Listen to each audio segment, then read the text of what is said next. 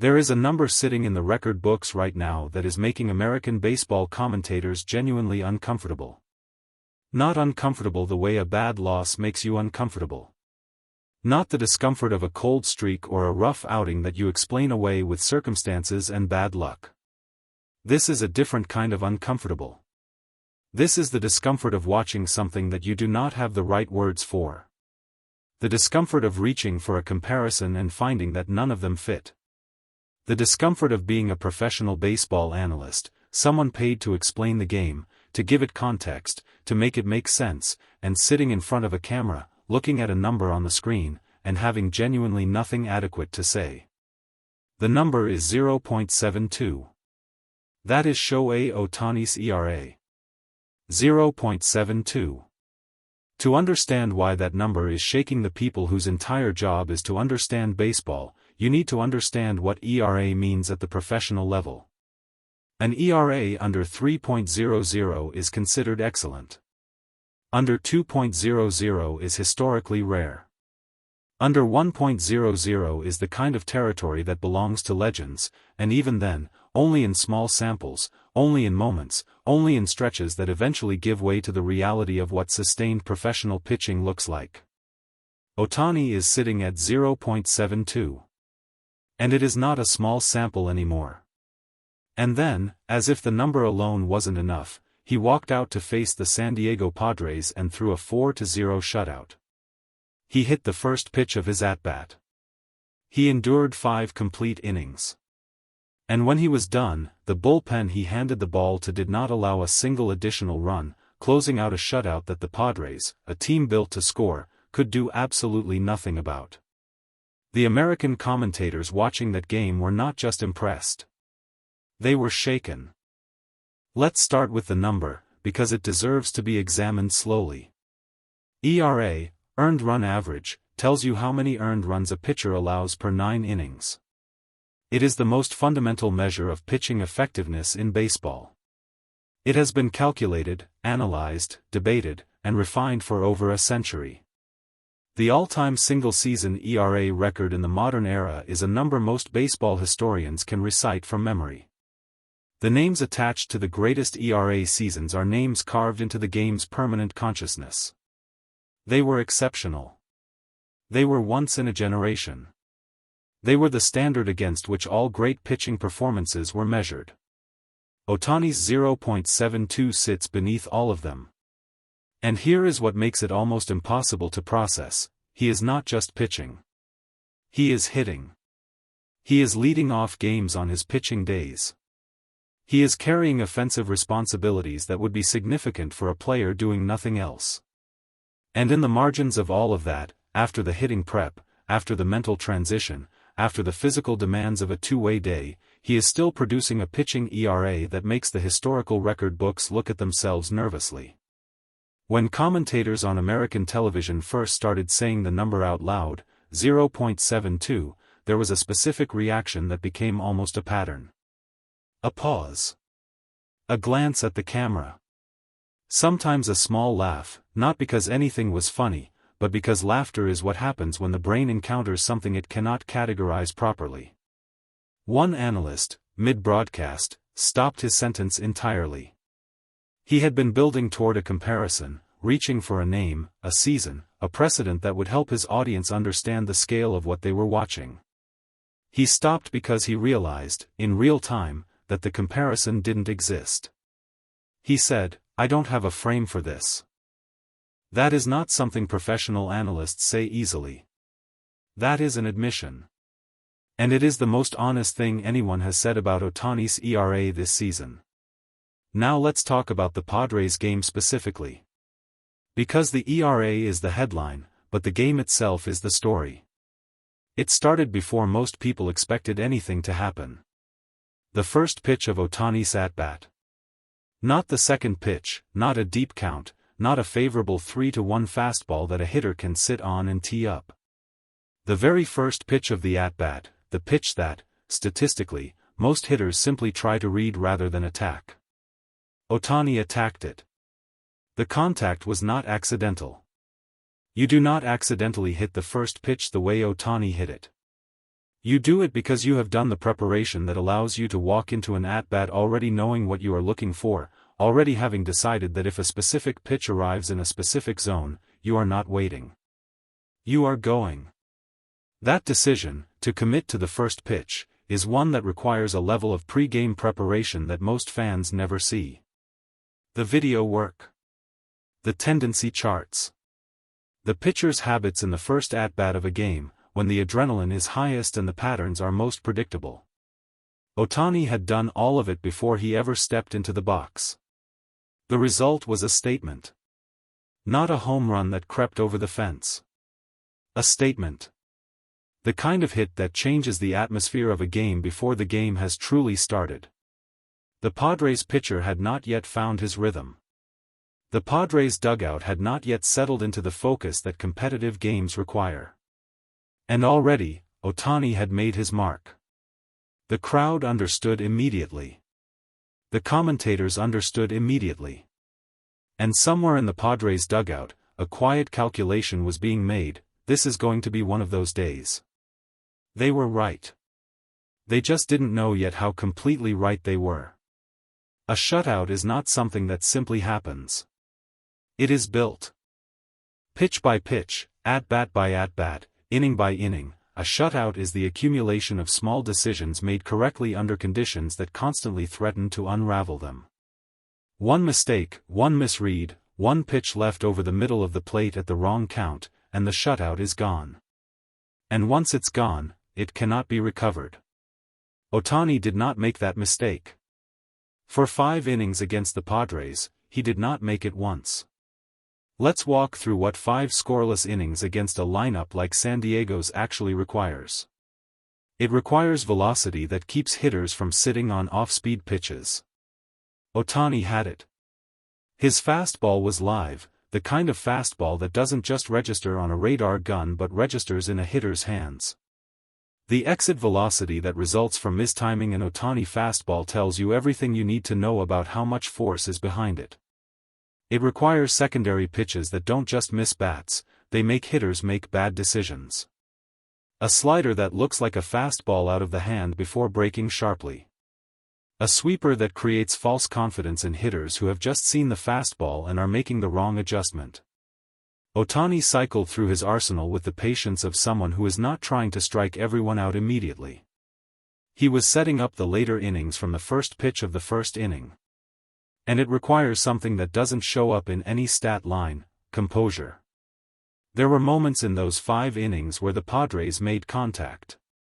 Where the game threatened to turn. Where a base hit found a gap and runners reached and the situation tightened. In those moments, Ohtani did not change. His tempo on the mound, the deliberate pace, the focused reset between pitches, did not accelerate with the pressure. If anything, it slowed. That composure is not a personality trait. It is a trained response. It is what happens when you have rehearsed the high-pressure moments in your mind so many times that when they arrive in reality, they feel familiar rather than foreign. 5 innings. 0 runs. The Padres, one of the better offensive teams in the National League, could not solve it.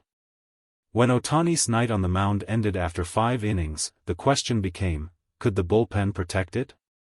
This matters more than it might seem at first. Because a shutout, in baseball, belongs to the team, but it also belongs to the starter who set the conditions for it. When Ohtani walked off that mound with a lead and a clean line, he handed something fragile to the pitchers behind him. He handed them the possibility of a shutout. Of a 4-0 final. Of a complete, uninterrupted statement from beginning to end. They protected it. The bullpen that came in after Ohtani did not simply hold the line. They extended the standard he had set. Inning by inning, the Padres continued to be held scoreless. The shutout that Ohtani had built in the first 5 innings was honored in the last 4. Final score, 4-0. A complete team shutout. With Ohtani's name at the top of the pitching line. And a lead he had personally contributed to both as a hitter and as a pitcher.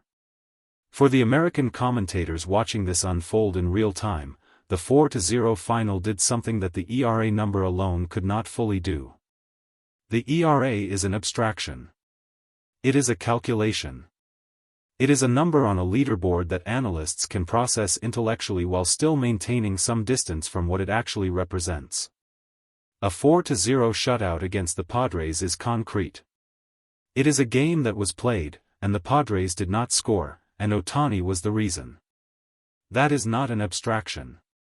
That is a fact, sitting in the record books next to his name, next to a number, 0.72, that continues to refuse to move in the direction that history says it eventually must. There is a specific quality to the reaction from American baseball media that is worth examining carefully. American baseball commentary is sophisticated. The analysts who cover this game at the major network level have decades of experience. They have watched thousands of games. They have interviewed the greatest players of multiple generations. They understand the mechanics, the statistics, the history, the context. And they were shaken. Not casually impressed. Not reaching for compliments in the practiced way that broadcast analysts do when something good happens. Genuinely, visibly, audibly shaken. Part of it is the ERA. Because every week that Ohtani takes the mound and adds to his innings total without meaningfully raising that ERA, the number becomes harder to dismiss. Early in a season, a 0.72 ERA is a curiosity, a hot start, a small sample, something that will normalize. But ERA does not stay at 0.72 across meaningful innings without something real behind it. It cannot. The mathematics of baseball will not allow it unless the pitching is genuinely, historically exceptional.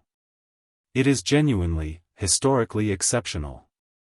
But the deeper reason the commentators were shaken is something more human than statistics. They are watching Ohtani do something that breaks the model they use to understand baseball players. The mental model that every analyst, every coach, every scout uses to evaluate talent is built around specialization. You are a hitter or you are a pitcher.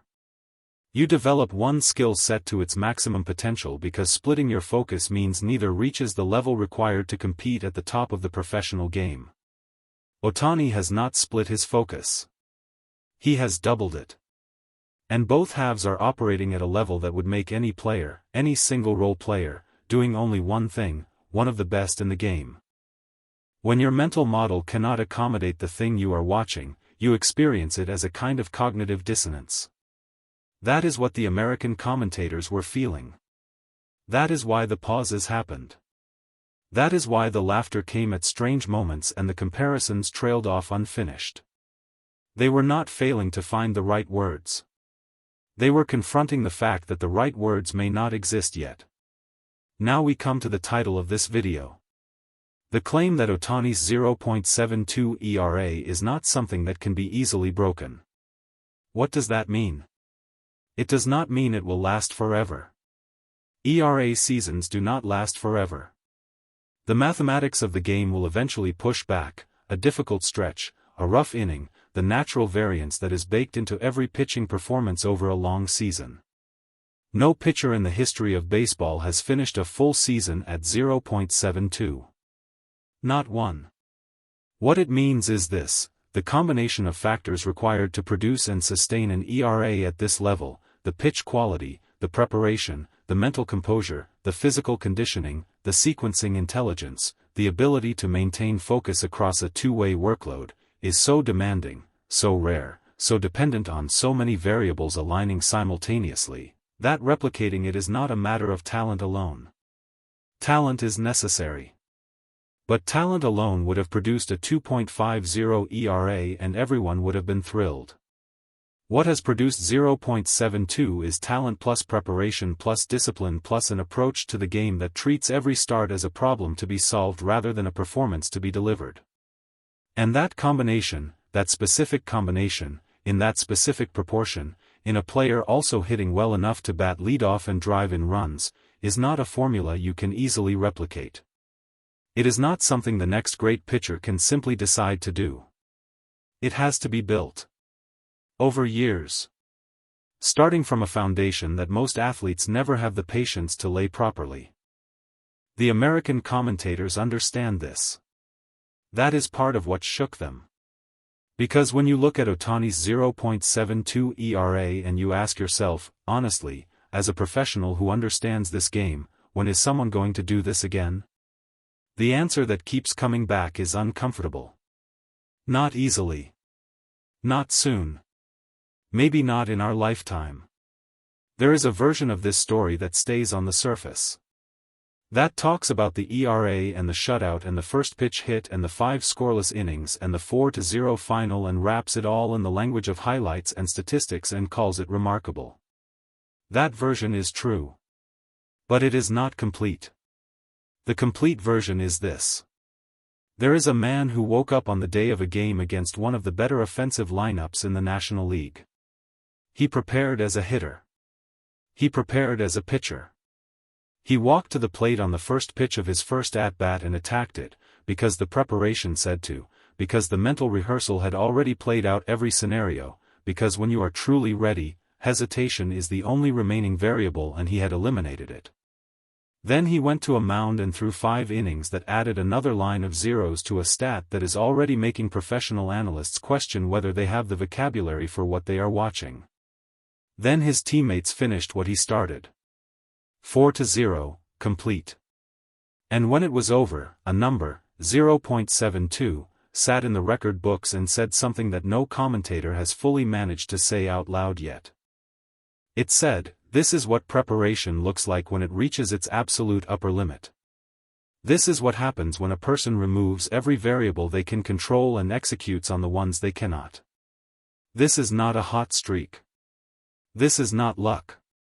This is the product of a lifetime of decisions, made daily, in the direction of excellence. The Padres could not score. The commentators could not find the words. The analysts could not find the comparison. And Ohtani, somewhere quiet after the game, was already thinking about the next one. That is, perhaps, the most remarkable thing of all. Not the number. Not the shutout. Not even the history.